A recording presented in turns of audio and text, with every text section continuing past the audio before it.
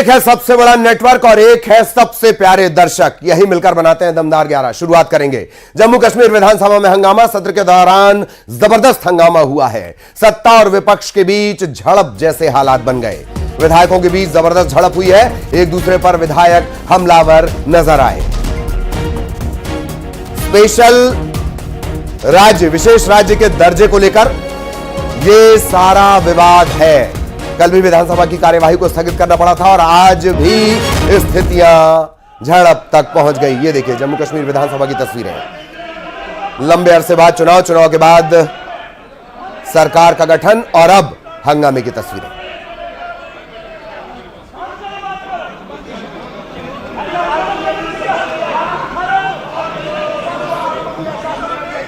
विधायकों के बीच जबरदस्त झड़प, बहसबाजी जो धीरे धीरे झड़प में तब्दील हो गई। एक दूसरे पर विधायक हमलावर भी हो गए।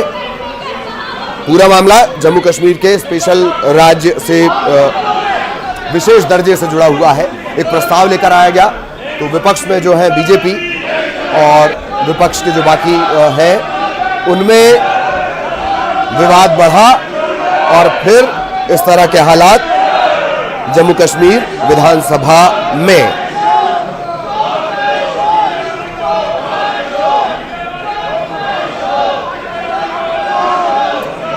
हाथापाई जैसी नौबत आ गई। जम्मू कश्मीर विधानसभा सत्र और विधायकों के बीच हाथापाई जैसी नौबत, कॉलर पकड़ने की नौबत, धक्का मुक्की की नौबत। हंगामा हुआ और इसके बाद स्पीकर ने कार्यवाही को स्थगित भी किया।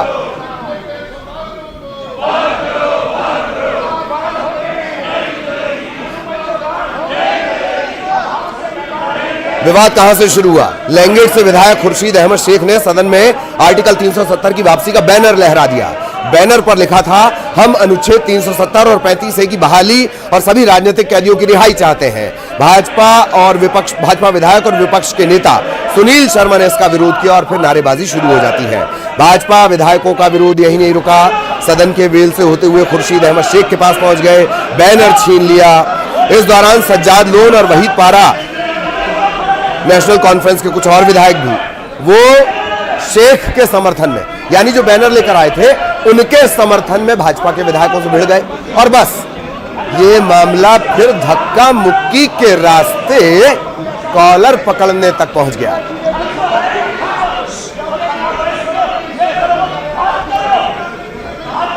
बैनर फाड़ने को लेकर भी सत्ता पक्ष और विपक्ष के विधायकों के बीच जमकर धक्का मुक्की हो गई। और ये लीजिए, ये है खुर्शीद अहमद शेख। इसी बैनर को लेकर बवाल हुआ। हम अनुच्छेद 370 और 35A की बहाली चाहते हैं, सभी राजनीतिक कैदियों की रिहाई चाहते हैं। और ये सुनील शर्मा आपको नजर आ रहे हैं, वो तेजी से बेल से होते हुए शेख के पास पहुंच गए। अब जब वो शेख के पास पहुंच गए तो बाकी के तमाम लोग जो है वो भी आने लगे, सत्ता पक्ष और विपक्ष के विधायक। ये देखिए बैनर फाड़ दिया गया। यही बैनर जो फटा है इसने पूरी मर्यादाओं को फाड़ दिया। जम्मू कश्मीर विधानसभा की तस्वीर कहां तक हालात पहुंच गए। लंबे अरसे बाद चुनाव के बाद सरकार बनी। सरकार इसलिए बनी कि जम्मू कश्मीर की बेहतरी के लिए काम हो सके। यहां तो बैनर पे ही झगड़ा खत्म नहीं हो रहा।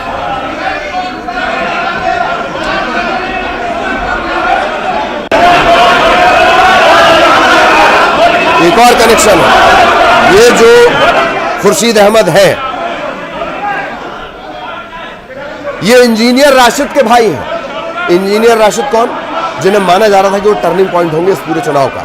हालांकि हो नहीं पाए विधानसभा चुनाव का, लेकिन जेल में रहते हुए वो सांसद ही जीते थे। उनके बेटे ने उनके लिए कैंपेनिंग की थी, तो उसी के चाचा हैं शेख खुर्शीद अहमद शेख।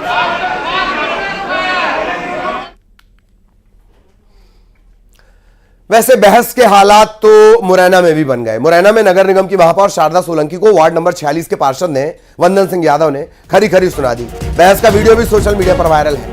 वार्ड नंबर 46 में निर्माण कार्य का निरीक्षण करने के लिए महापौर शारदा सोलंकी पहुंची थी। निर्माण कार्य को घटिया बताते हुए ठेकेदार को जमकर उन्होंने फटकार लगाई थी। मौके पर पार्षद वंदन सिंह यादव पहुंच गए। उन्होंने महापौर से बहस करनी शुरू कर दी। इस दौरान पार्षद ने कहा कि 5% का कमीशन नहीं देने पर महापौर ने उनके वार्ड को टारगेट कर रखा है। दोनों के बीच बहस होती रही, फिर महापौर चली गई। सुनिए बहस। आप आइए कर रहे हैं, उनको भी हम चेक करवाएंगे। हाँ बिल्कुल, जो आप उनको भी और भी बात है।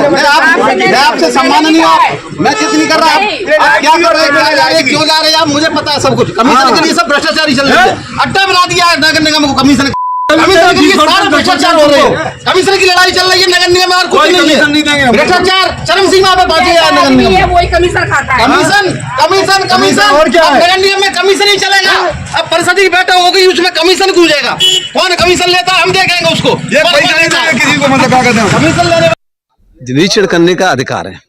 टेक्निकल अमले को निरीक्षण करने का अधिकार है और करना भी चाहिए, जायज है। काम की गुणवत्ता, काम के उसको देखना चाहिए।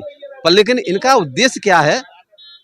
अभी जाली लगती जा रही है, उनको दो जने इलाके उखाड़ेंगे हैं, तो अभी गीली अभी मिट्टी भरी नहीं है, उसमें सीसी में लगी हुई है, तो कच्ची अभी 8 दिन में तो 7-8 दिन में सेट होती है। जो जबरदस्ती इलाके हिला दिया उनको, इलाके इस तरीके से चेक करना अमानवीयता है। और ये वजन तोल सकते हैं, लोहा देख सकते हैं, लोहा कौन सी क्वालिटी का है उसको देख सकते हैं। पर लेकिन जो सब कुछ हो रहा है जी कमीशन का खेल है। इंदौर में बच्चों के विवाद में युवक को समझाइश देना महंगा पड़ गया। जहां युवक के साथ 4 लोगों ने मारपीट कर दी, युवक का कान भी काट लिया। पीड़ित की शिकायत पर पुलिस ने मामला दर्ज कर लिया है, पड़ताल शुरू कर दी गई है। यह पूरा मामला राऊ थाना क्षेत्र का बताया जा रहा है। कान कटवाना पड़ा, बताइए। बच्चों का विवाद था, समझाने की कोशिश कर रहे थे, ये युवक है।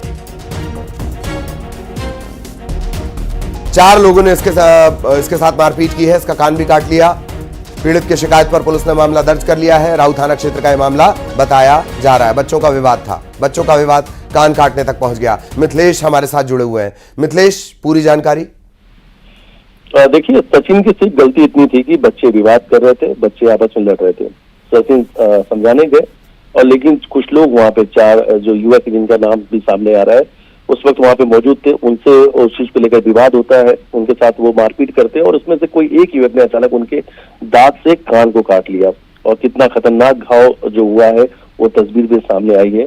हालांकि अब जितने भी आरोपी हैं सबके खिलाफ केस दर्ज कर लिया गया है, गिरफ्तारी की बात कही जा रही है। लेकिन विवाद बहुत छोटा सा था। विवाद सिर्फ इतना था कि गली मोहल्ले के बच्चे आपस में लड़ रहे थे, और सचिन ने सिर्फ गलती इतनी की, सचिन उन्हें समझाइश देने चले गए। हालांकि सचिन को कान में चोट लगी है, इलाज चल रहा है, और पूरे मामले में केस दर्ज हो चुका है।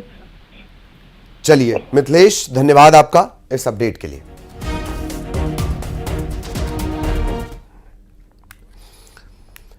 इधर देवास में बाजार में आग लग गई और देखते ही देखते कई दुकानों में आग फैल गई। लाखों का सामान जलकर खाक हो गया, इस तरह का दावा किया जा रहा है। हालांकि अच्छी बात यह कि दमकल ने अब आग पर काबू पा लिया है। बड़ी खबर देवास से। देवास में बाजार में आग लगी, देखते ही देखते कई दुकानों को इसने अपनी चपेट में ले लिया। लाखों का सामान इस आग में जलकर खाक हो गया।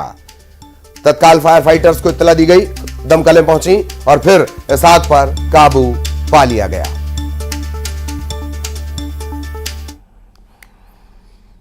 इधर राजगढ़ में युवक पर जानलेवा हमला किया गया। पुरानी रंजिश में युवक को चाकू मार दिया गया। बदमाशों ने युवक पर चाकू से हमला किया है। अस्पताल में इसे भर्ती करवा दिया गया है। 2 लोगों पर मामला दर्ज है, इनकी तलाश की जा रही है। राजगढ़ थाना कोतवाली का ये पूरा मामला है। पुरानी रंजिश में युवक पर चाकू से जानलेवा हमला। 2 लोगों पर मामला दर्ज कर लिया गया है, FIR कर ली गई है, पड़ताल की जा रही है।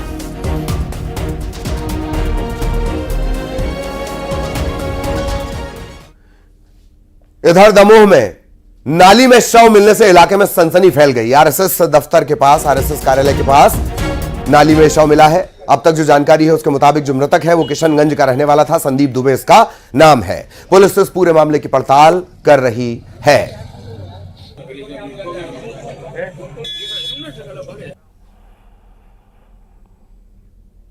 और पन्ना में हुई यह सड़क दुर्घटना। बेकाबू होकर एक तेज रफ्तार ट्रक पलट गया।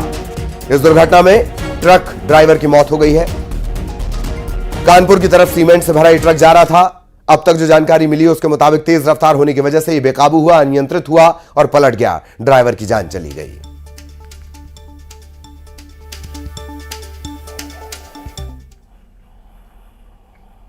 सवाल बरकरार, दरिंदगी कब तक? गुना में 8 साल की मासूम के साथ रेप की वारदात को अंजाम दिया गया। जंगल में ले जाकर आरोपी ने दुष्कर्म किया। बच्ची की हालत गंभीर है, इसे भोपाल भेजा गया है, इलाज इसका चल रहा है। सूचना पाकर पुलिस भी मौके पर पहुंची।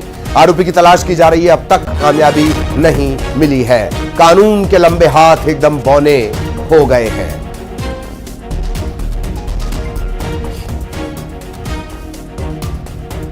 एक नाबालिग बच्ची के साथ में दुष्कर्म की घटना हुई है। सूचना पाकर तत्काल वो मौके पर पहुंचे थे।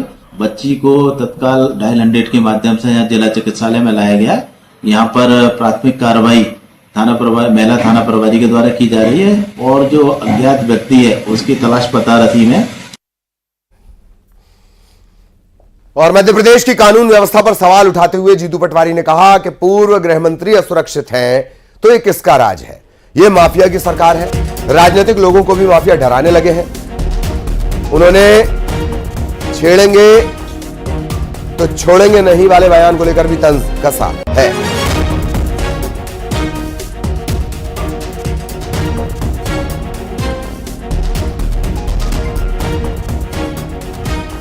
गृह मंत्री असुरक्षित है इस प्रदेश में, तो क्या मैसेज है कि ये माफियाओं का राज है या नहीं है? अगर पूर्व गृह मंत्री रो रहे हैं कि मुझे धमकियां मिल रही है, तो हम जिस बात को बार बार कह रहे थे कि ये मोहन यादव की सरकार ही नहीं है, ये बीजेपी की सरकार नहीं है, जनता की सरकार भी नहीं है, ये माफियाओं की सरकार है। ड्रग्स माफिया, भू माफिया, शिक्षा माफिया, प्रशासनिक माफिया, किस किस तरह के माफिया। अब राजनीतिक लोगों को भी दबाने और धमकाने के लिए भी एक माफिया है, जिसका एक तरह से सत्यापन किया आदरणीय भूपेंद्र सिंह जी ने। सीहोर के राम जानकी मंदिर में आयोजित अन्नकूट महोत्सव में भाग लेने के लिए पहुंचे महामंडलेश्वर स्वामी अनिल आनंद ने सिंहस्थ में मुस्लिमों के प्रवेश को बैन करने का समर्थन किया है। उन्होंने कहा कि धीरेन्द्र शास्त्री सनातन धर्म के ध्वजवाहक हैं। उनके द्वारा दिया गया बयान बहुत अच्छा है। संत झूठा नहीं खा सकते। सिंहस्थ में मुसलमानों का बैन होना ही चाहिए।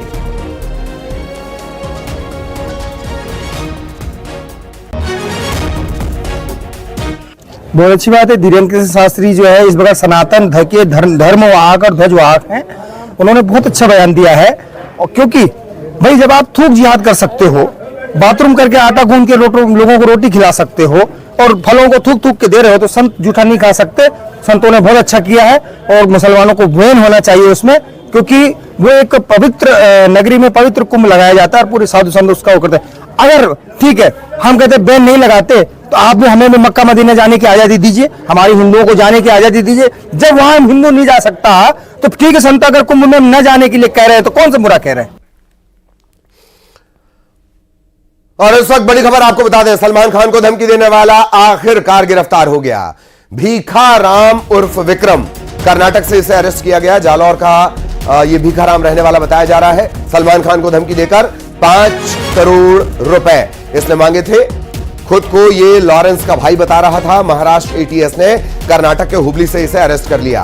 कंस्ट्रक्शन साइट पर भीखाराम काम करता है। भीखाराम उर्फ विक्रम जालौर का रहने वाला।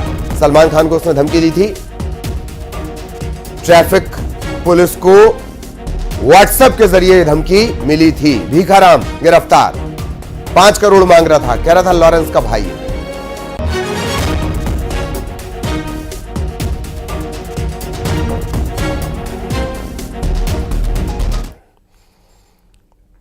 और अब तस्वीरें बेंगलुरु की, जहां एक वीडियो सामने आया है। एक बस ड्राइवर की बस चलाते वक्त दिल का दौरा पड़ने से मौत हो गई। बस में लगे सीसीटीवी कैमरे में यह पूरा घटनाक्रम रिकॉर्ड हो गया। वीडियो में नजर आता है कि दिल का दौरा पड़ते ही ड्राइवर सीट से नीचे गिर जाता है। बस नियंत्रण से बाहर होती है और वह यहां से गुजर रही दूसरी बस से जाकर टकरा जाती है।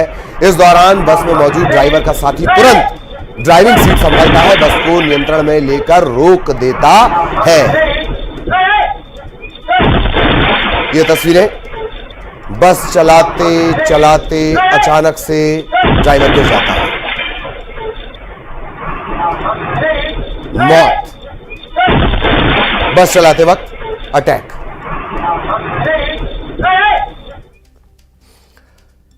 खबर बिलासपुर से, कार को सड़क पर खड़ा करने को लेकर हंगामा हो गया और एक युवक कुल्हाड़ी लेकर परिवार को धमकाने पहुंच गया। युवक ने परिवार के साथ जमकर धक्का मुक्की की। कार को सड़क में खड़ा करने को लेकर ही पूरा विवाद हुआ था। इस पूरे विवाद का एक सीसीटीवी फुटेज सामने आया है। तोरवा, बिलासपुर के तोरवा के देवरी खुर्द का यह मामला है। आरोपी के खिलाफ केस दर्ज कर लिया गया है, कुल्हाड़ी लेकर धमकाने वाले के खिलाफ।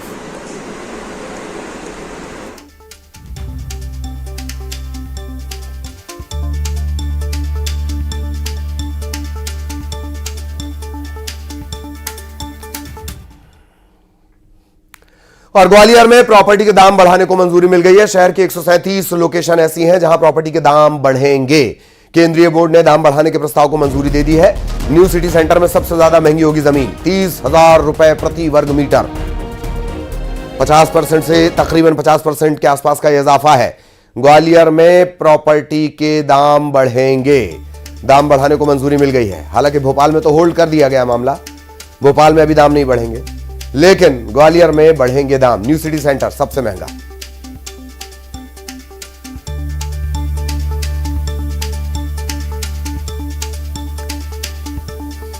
जमीनों के नए रेट क्या है? न्यू सिटी सेंटर 30,000 रुपए वर्ग मीटर, रमौआ डैम 9,000 रुपए वर्ग मीटर, 50% की बढ़ोतरी। नागौर 5,000 रुपए प्रति वर्ग मीटर, बढ़ोतरी 80% है। ये इन सब जगहों पर घर का सपना, प्लॉट का सपना, खरीद फरोख्त का सपना देख रहे थे आप, अब दाम देख लीजिए।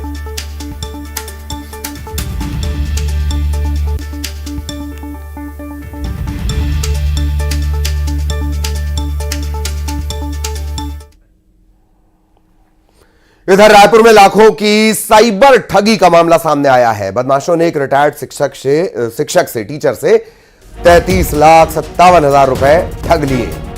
शेयर मार्केट में ट्रेडिंग का झांसा दिया गया, लाखों की ठगी कर ली गई। बदमाशों ने खुद को प्रोफेसर बताया, पीड़ित को लिंक भेज दिया, शेयर मार्केट में इन्वेस्ट करने का झांसा दिया और पीड़ित रिटायर्ड शिक्षक चंद्रमणि पांडेय झांसे में आए। अलग अलग किस्तों में 33,57,000 ट्रांसफर कर दिए। मुजगहन थाना क्षेत्र का यह मामला है।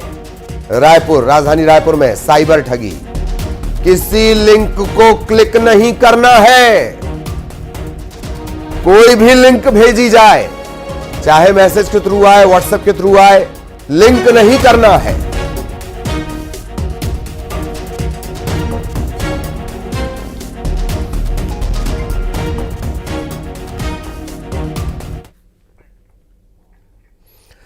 और मध्य प्रदेश से नक्सलियों का होगा सफाया। मध्य प्रदेश पुलिस ने इसके लिए तैयारी शुरू कर दी है, सरकार ने इसके लिए तैयारी शुरू कर दी है।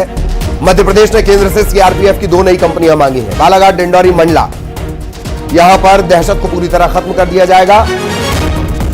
केंद्र सरकार का मानना है 2026 तक नक्सल मुक्त भारत, उसी से इसे जोड़कर देखा जा रहा है। प्रभावित इलाकों में सड़कों का नेटवर्क बढ़ेगा और यह है तकरीबन 230 किलोमीटर के आसपास की सड़कें। हॉक फोर्स, कोबरा, सीआरपीएफ, इनका मूवमेंट बढ़ेगा।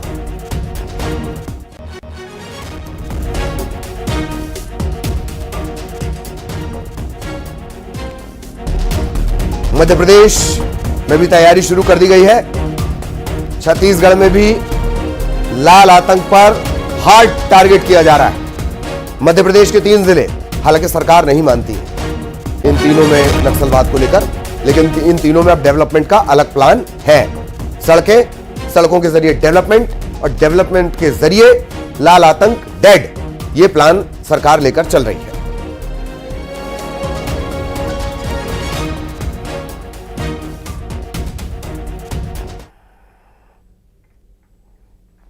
रायसेन में वन विभाग ने डाली है रेड। अवैध सागौन की लकड़ियां जब्त की गई हैं। लकड़ियों से फर्नीचर बनाया जा रहा था। जैथारी रेंजर रोहित पटेल टीम को लीड कर रहे थे। ये देखिए, अवैध लकड़ियां जिससे कि बाकायदा फर्नीचर बनाया जा रहा था, इन पर एक्शन लिया गया है।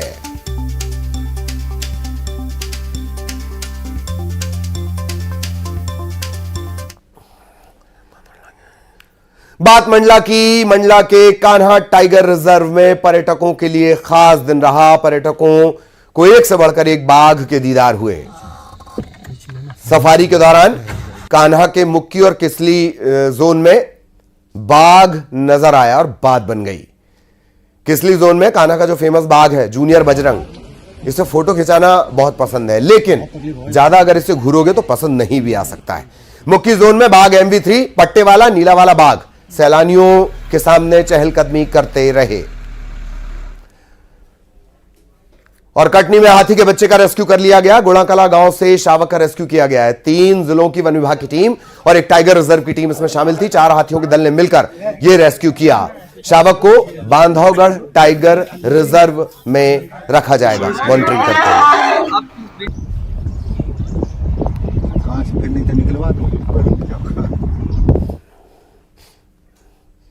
देश के leading digital financial platform money control ने एक और बड़ा मकाम हासिल किया है। गूगल के आंकड़ों के मुताबिक अक्टूबर में मनी कंट्रोल के यूनिक विजिटर्स 10 करोड़ के पार हो गए। Global digital measurement agency Comscore के मुताबिक मनी कंट्रोल सितंबर में अपने प्रतिद्वंदी इकोनॉमिक टाइम्स के मुकाबले 31% बढ़ा है। मनी कंट्रोल के पेज व्यूज भी ईटी के मुकाबले 40% ज्यादा है। कॉमस्कोर के आंकड़ों से यह पता चलता है कि मनी कंट्रोल में लोग किसी दूसरे प्लेटफॉर्म के मुकाबले कहीं ज्यादा टाइम स्पेंड करते हैं, खर्च करते हैं, रुकते हैं। सितंबर में 407.48 मिलियन मिनट्स स्पेंड के साथ मनी कंट्रोल सबसे आगे है। Premium service platform money control pro के भी हाल ही में 10 लाख सब्सक्राइबर पार हुए हैं। मनी कंट्रोल आज देश का सबसे बड़ा डिजिटल न्यूज सब्सक्रिप्शन प्लेटफॉर्म तो है ही, साथ ही इसकी गिनती दुनिया के टॉप 15 डिजिटल प्लेटफॉर्म में होती है। मनी कंट्रोल ऐप का इस्तेमाल हर महीने करीब 70 लाख लोग कर रहे हैं और यह नंबर लगातार बढ़ रहा है। आपको बता दें मनी कंट्रोल नेटवर्क 18 का हिस्सा है। दमदार 11 में इतना ही। खबरें जारी रहेंगी। नमस्कार।